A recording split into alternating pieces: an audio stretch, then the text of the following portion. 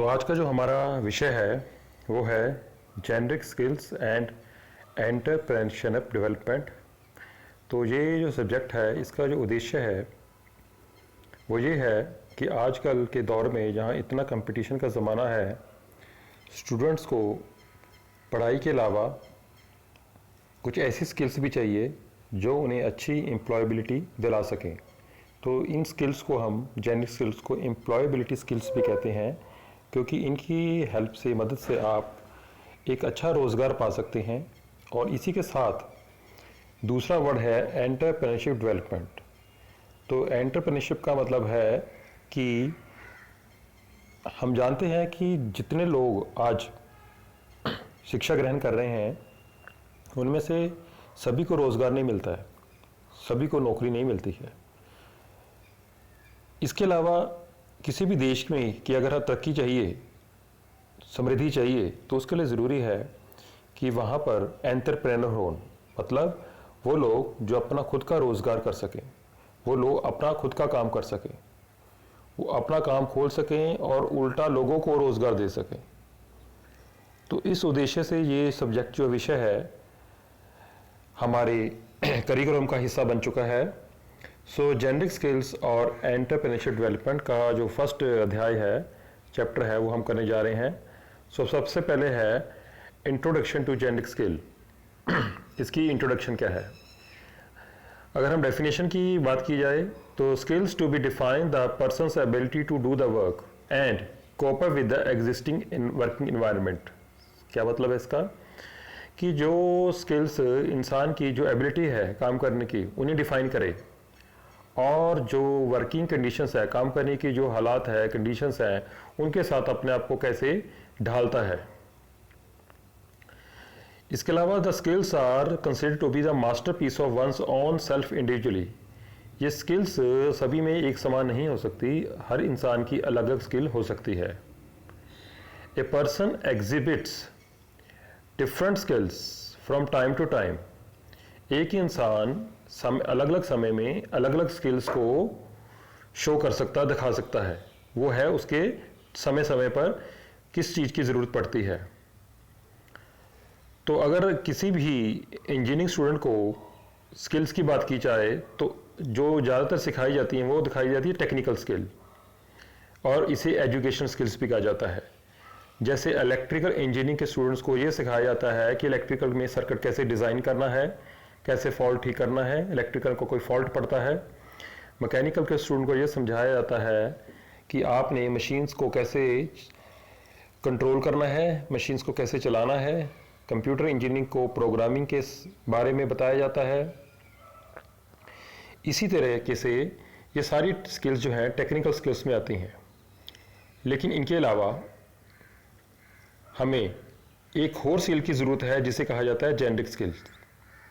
तो ये स्किल में हम आगे जाके पढ़ेंगे कि communication skill, problem solving skill, ऐसी बहुत सारी leadership skill, conversation skill, presentation skill, ये सारी स्किल्स इनके अंदर आती हैं, जिनसे एक एम्प्लॉयबिलिटी भी मिलती है और जो है इंडिविजुअल का कॉन्फिडेंस लेवल भी बूस्ट होता है। तो टेक्निकल स्किल की बात की किया हमने क्या की है? The skills which are acquired by person while studying. जो इंसान किस समय स्टूडेंट पढ़ रहा है उस समय जो वो स्किल्स को ग्रहण करता है उन्हें टेक्निकल स्किल कहा जाता है, जिसके माध्यम से वो किसी भी अलग अलग फील्ड में जा सकता है। Technical skill exhibit the person's ability to deal with the problems technically related to one's on field. किसी भी इंसान की जो अपनी फील्ड है, जैसे हमने अभी बात की है कि इलेक्ट्रिकल स्टूडेंट की इलेक्ट्रिकल फील्ड है, मैकेनिकल स्टूडेंट की मैकेनिकल फील्ड है, कंप्यूटर जो है इंजीनियरिंग के स्टूडेंट की कंप्यूटर से रिलेटेड है फील्ड, तो सिविल इंजीनियरिंग के स्टूडेंट की कंस्ट्रक्शन के रिलेटेड फील्ड है। ये हर एक इंसान की अलग अलग स्किल्स हैं, वो उसी के टेक्निकल सब्जेक्ट से रिलेटेड हैं। जो जेनरिक स्किल है इसकी बात की जाए, इसमें एक स्किल नहीं बहुत सारी स्किल्स आती हैं। तो अगर बात की जाए यहाँ पर 7 स्किल्स बताई हुई हैं जो इस जेनरिक स्किल्स में आ रही हैं। तो उनमें से सबसे पहले बात करें कम्युनिकेशन स्किल्स की, कि हम एक दूसरे के साथ कैसे वार्तालाप करते हैं, अपना विचार किसके सामने कैसे रखते हैं। और किसकी बात कैसे सुनते हैं। बात सुननी है और बतानी है, दोनों ही काम होने चाहिए। दूसरी स्किल है team working skill. Team working skill में क्या है कि हम एज ए टीम कैसे काम कर रहे हैं, क्योंकि हम जहाँ भी काम करेंगे हम इंडिविजुअल नहीं करेंगे, हम एक पूरी टीम होगी। उस टीम में 2 सदस्य हो सकते हैं, 4 सदस्य हो सकते हैं। वो अलग अलग जो टीम के सदस्य हैं वो सभी ने एक दूसरे के साथ कैसे मिलकर सहयोग करना है, क्योंकि काम अकेले नहीं हो सकेगा। काम तो तभी कंप्लीट हो सकेगा अगर सभी एक एज ए टीम काम कर रहे हैं। तो उसके बाद आ गया प्रॉब्लम सॉल्विंग स्किल। अब जो समस्या है वो तो हर जगह आनी ही आनी है, ऐसी कोई जगह नहीं है जहां आपको प्रॉब्लम ना आए काम करते समय। अब प्रॉब्लम तो आ गई है, अब उसे उसका समाधान करना है। समाधान कैसे किए जाए, सॉल्यूशन कैसे फाइंड किया जाए, ये काबिलियत हमें होनी चाहिए। उसके बाद आ गया एडेप्टेबिलिटी। एडेप्टेबिलिटी का मतलब है अनुकूलता। अनुकूलता में 2 चीजें आ गई हैं, वातावरण के हिसाब से और माहौल के हिसाब से। हम इंडिया में अगर बात करें अलग अलग जगह पर रह रहे हैं। अगर हम कोई इंसान नॉर्थ इंडिया से साउथ इंडिया मूव कर रहा है तो उसे जो है गर्मी जो है ज़्यादा महसूस होगी। इसी तरीके से अगर साउथ इंडिया का इंसान कोई नॉर्थ में जा रहा है तो उसे भी सेम प्रॉब्लम आएगी। कोई हम अगर पहाड़ों पे पहाड़ी एरिया में काम कर रहे हैं, लेह लद्दाख में काम कर रहे हैं, तो वहाँ जो एक्सट्रीम कोल्ड वेदर कंडीशंस हैं उन्हें भी सहारना है।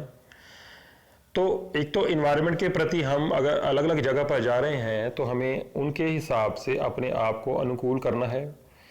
दूसरा सबसे बड़ी बात है कि जहाँ भी हम किसी भी इंडस्ट्री में काम करने जाएंगे, किसी भी ऑर्गेनाइजेशन संस्था में काम करेंगे, तो हर एक का एक अपना इन्वायरमेंट होता है, एक वर्किंग का माहौल अलग होता है।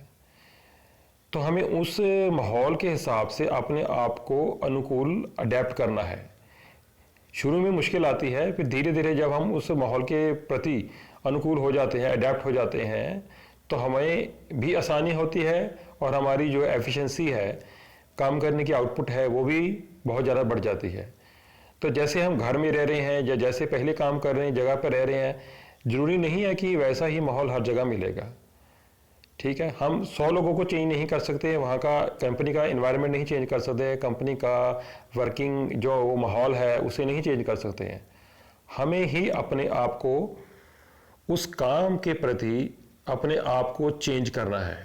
तो इसलिए अडेप्टेबिलिटी बहुत ज़रूरी है। उसके बाद आया लाइफ लॉन्ग लर्निंग। ये बहुत इंपॉर्टेंट टॉपिक है। इसकी अगर बात की जाए, ये अपने आप में एक बहुत बड़ा विषय है कि सीखने की उम्र कब तक होनी चाहिए।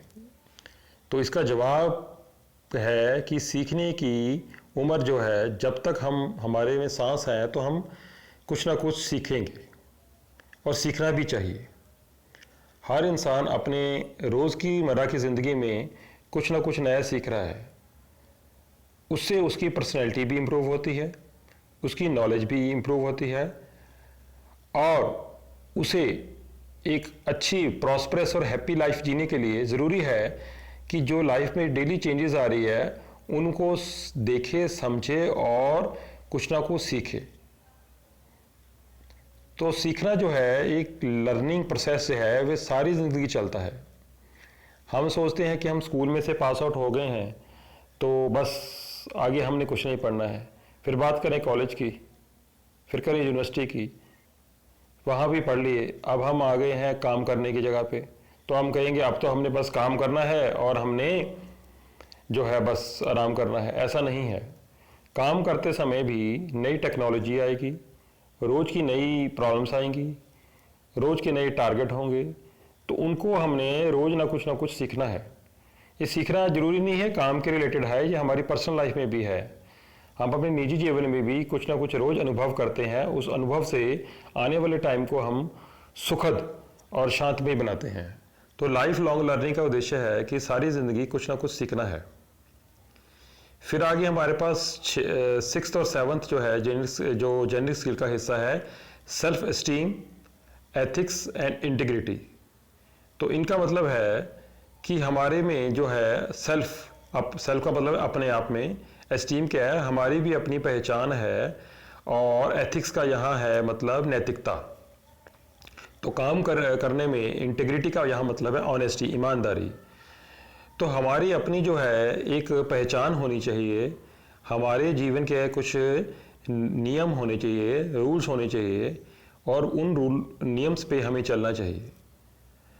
हमें अगर ईमानदारी से काम कर रहे हैं तो उसका हमें मूल्य ज़िंदगी में अवश्य मिलेगा और बहुत मिलेगा। तो ये सारी स्किल्स जो हैं जेनरिक स्किल का ही हिस्सा हैं। यहाँ हमने सिर्फ 7 का बात की है, इसका मतलब ये नहीं है कि यही 7 हैं। इनको अगर हम आगे विभाजित करें, डिवाइड करें, तो यहाँ पर कम से कम 20-25 स्किल्स और निकल सकती हैं जो हमारी नॉलेज में है। हो सकता है किसी की नॉलेज में इससे भी ज़्यादा हो। तो ये प्रोसेस जो है ये कभी ख़त्म होने वाला नहीं है, लेकिन हमने जितनी ज़रूरत चीज़ें थी उन्हीं के बारे में वर्णन किया है यहाँ कि ये स्किल्स का होना ज़रूरी है। अब बात आई कि हमें इनकी ज़रूरत क्या है, इम्पोर्टेंस क्या है, क्यों सीखना है भाई, क्या हो गया, क्यों सीखना है इनको। तो इसका जो जवाब है कि high demand for a generic skill in work place. आजकल जहाँ भी हम काम कर रहे हैं पूरे वर्ल्ड में, ये इंडिया की बात नहीं, पूरे वर्ल्ड में। अभी हम आगे जाके बात करेंगे कि इंग्लैंड में, न्यूजीलैंड में, ऑस्ट्रेलिया में, कनाडा में, अमेरिका में सभी ये स्किल्स को सिखाया जा रहा है। आज से नहीं, कम से कम 1987 से 80 से 70 से या 50 साल हो गए हैं इन स्किल्स पर बहुत ध्यान दिया जा रहा है। तो ये बहुत ज़रूरी स्किल्स हो गई हैं वर्क प्लेस पर जहां हम काम कर रहे हैं। अगर हम देखें आज के इंजीनियरिंग स्टूडेंट्स हैं उनमें टेक्निकल की कोई कंपीटेंसी नहीं है का, टेक्निकल में वो कभी पीछे नहीं रह रहे हैं। तो प्रॉब्लम कहाँ आ रही है, उन्हें प्रॉब्लम आ रही है जेनरिक स्किल्स में। तो उन्हें ये स्किल सीखनी है ताकि वो उनकी जो नॉलेज है टेक्निकल के अलावा उसमें भी बढ़ोतरी हो और वो वर्किंग प्लेस पर एक यील्ड आउटपुट जो है वो अच्छी दे सकें। तो जेनरिक स्किल क्या करती हैं, generic skill enable them to use their technical ability. Generic skill जो है उन्हें एनेबल करती है, generic skill enable them to use their technical ability as a part of team to understand conflict as a means of for discussion instead of an angry confrontation. तो अगर काम करते समय किसी प्रकार का कुछ भी माहौल ख़राब होता है, गर्मो गर्मी का माहौल आ जाता है, तो ये स्किल्स हमें उस समस्या को समझने में, उसका समाधान करने में बहुत ज़रूरी है। तो अगर हम बात करें, ये एक क्रिएटिव अपॉर्चुनिटी है, ये एक ऐसा मौका मिल रहा है कि हम अपनी क्रिएटिविटी को और बढ़ाएं rather than N obstacle. Obstacle का मतलब रुकावट। तो ये स्किल हमारे जो तरक्की के रास्ते में जो रुकावट आएगी उनको दूर करेंगी। जैसे किसी में एंगर, गुस्सा बहुत है तो वो बहुत जल्दी लड़ता है हर एक से। तो ये स्किल सीखने के बाद वो दूसरों को कन्विंस कर पाएगा अपने विचारों से बिना लड़े। तो टू अचीव द सक्सेस, तो अगर हमें सक्सेस चाहिए, today's engineer must be team member who thrive while working with A variety of people. तो किसी भी इंजीनियर स्टूडेंट को वर्किंग एनवायरनमेंट में बहुत सारे लोग मिलेंगे और वो जो टीम का मेंबर होगा उसे उन सभी के साथ कैसे रहना है और कैसे टीम वर्क काम करना है, ये स्किल के माध्यम से ही वो सीख पाएगा और उसे एक अच्छी अपॉर्चुनिटी मिलेगी क्रिएटिविटी करने की। तो इनका सबसे बड़ा एडवांटेज है। अब आया को the reason given by the employers for not hiring young people for entry level job including. इसका क्या मतलब हुआ, हम आजकल रोज़ देखते हैं कि लोग जा रहे हैं, स्टूडेंट्स जो आज के इंजीनियरिंग स्टूडेंट्स हैं वो जाते हैं इंटरव्यू देने। इंटरव्यू देते हैं जब, तो उनकी सिलेक्शन नहीं हो पाती है। एम्प्लॉयर उन्हें उनकी क्वालिफिकेशन पूरी होने के बावजूद भी नहीं रख रहा है। तो इसका क्या कारण हो सकता है, तो यहाँ पर कुछ कारणों पर हमने जो है हाईलाइट किया है कारणों को, कि ये कुछ कारण है जिनके वजह से आजकल जो एम्प्लॉयर है वो यंग पीपल को क्वालिफिकेशन पूरी होने के बावजूद भी नहीं रख पा रहा है। तो सबसे पहले जो कारण है low grades and low level of academic accomplishments. आपने जो है ग्रेजुएशन पूरी कर ली, इंजीनियरिंग कर ली, बट आपके जो ग्रेड्स हैं, मार्क्स हैं, वो बहुत कम है। यानी कि आपने बस पासिंग मार्क्स जितना ही काम किया है और आपने इंजीनियरिंग में किसी भी चीज़ को सीरियसली नहीं लिया, इसके कारण आपके मार्क्स अच्छे नहीं आए। और जो आपको एम्प्लॉयर हायर करेगा वो देखेगा भी आपके मार्क्स तो आए नहीं, इसका मतलब आपने 4 साल की सीखा ही नहीं है, बस पास हुए हो। तो ऐसे लोगों को, ऐसे रवैये के साथ किसी को वो कैसे रख सकता है? उसे तो वो लोग चाहिए जो उसे आउटपुट दें, ठीक है। जिसने 4 साल में कोई आउटपुट नहीं दिया है तो उस एम्प्लॉयर के मन में शंका आ जाती है, भाई क्या बात, क्या पता ये अभी भी कुछ ना कर पाए। दूसरा कारण है poor attitudes and lack of self confidence. आजकल के जो इंजीनियरिंग ग्रेजुएट स्टूडेंट्स हैं उनमें सेल्फ कॉन्फिडेंस नहीं है, आत्मविश्वास की बहुत कमी है। और किसी चीज़ को लेके उनका जो रवैया है, एटीट्यूड है, बहुत नेगेटिव है, पुअर है, आशावादी नहीं है, वो निराशावादी ज़्यादा है। तो जो एम्प्लॉयर आपको रखेगा, आपको हैंडसम सैलरी अच्छी देगा, फैसिलिटीज़ देगा, तो वो चाहता है कि उसका जो एम्प्लॉय है वो एक अच्छे एटीट्यूड का हो।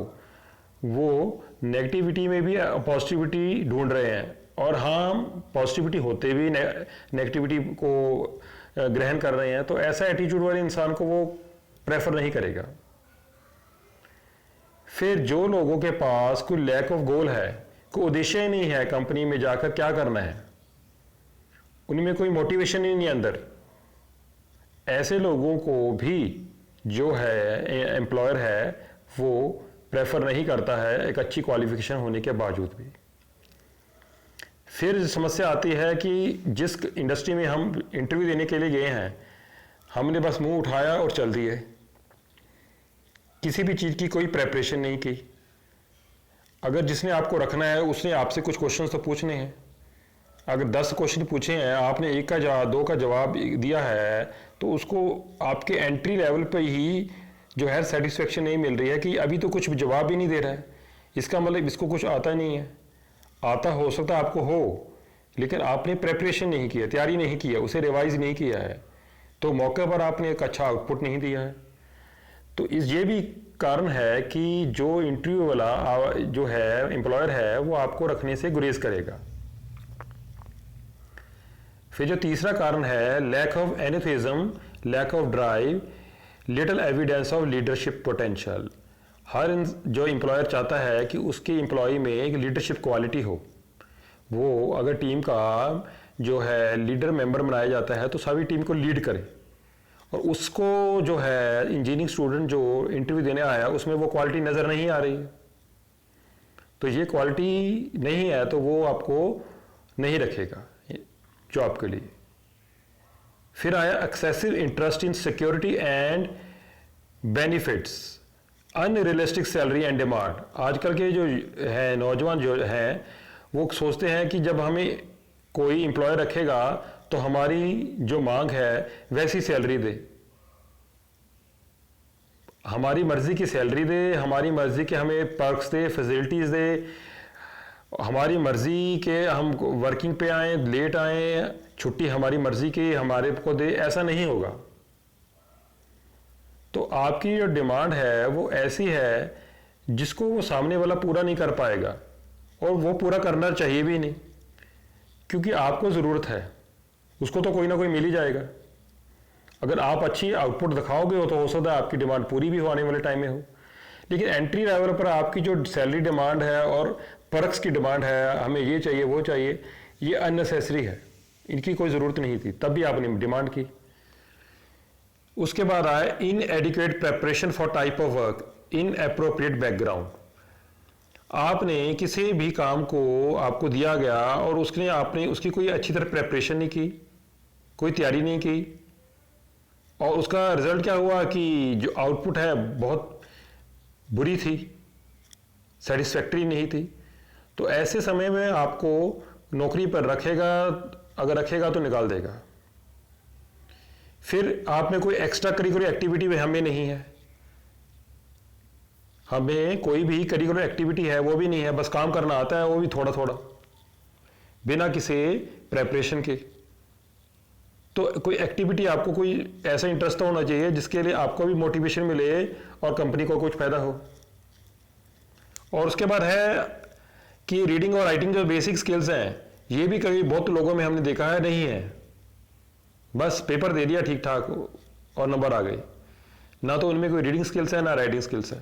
ये स्किल्स बहुत चाहिए, जरूरी है आजकल के टाइम में। तो ये कुछ कारण है कि किसी भी एम्प्लॉयर को ये नहीं गवारा होगा कि उसे एंट्री लेवल पर ऐसा लोग मिले जिसमें ये क्वालिटीज़, या ऐसे कह सकते हैं हम, ऐसे जो है लैक बुराइयां हों। तो ये ज़्यादातर जो आजकल के ग्रेजुएट्स, यंग ग्रेजुएट्स हैं, अगर उनमें ये सारी चीज़ें, पॉइंट्स हैं, तो कोई भी आपको रखने में गुरेज करेगा, नहीं रखेगा। उसके बाद आया इसकी जो जेनरिक स्किल है, इसकी डेवलपमेंट कैसे है। तो जेनरिक स्किल की अगर बात की जाए तो they can be develop by group discussion.